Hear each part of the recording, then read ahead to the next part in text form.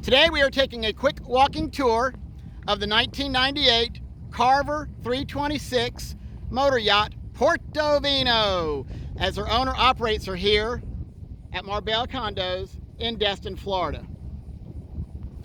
Boat shines like new. She's been a freshwater beauty all her life, living in a lake undercover until November of 2020 when her owner brought her down here.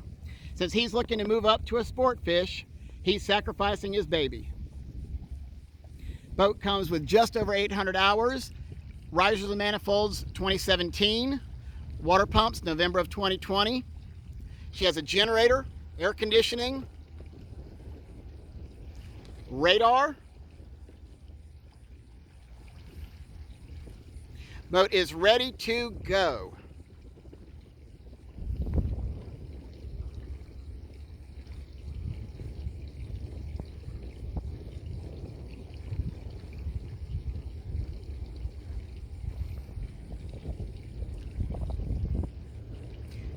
And I want to thank you for taking the time to take the quick walking tour of Port-O-Vino, the 1998 Carver 326 here in Destin, Florida.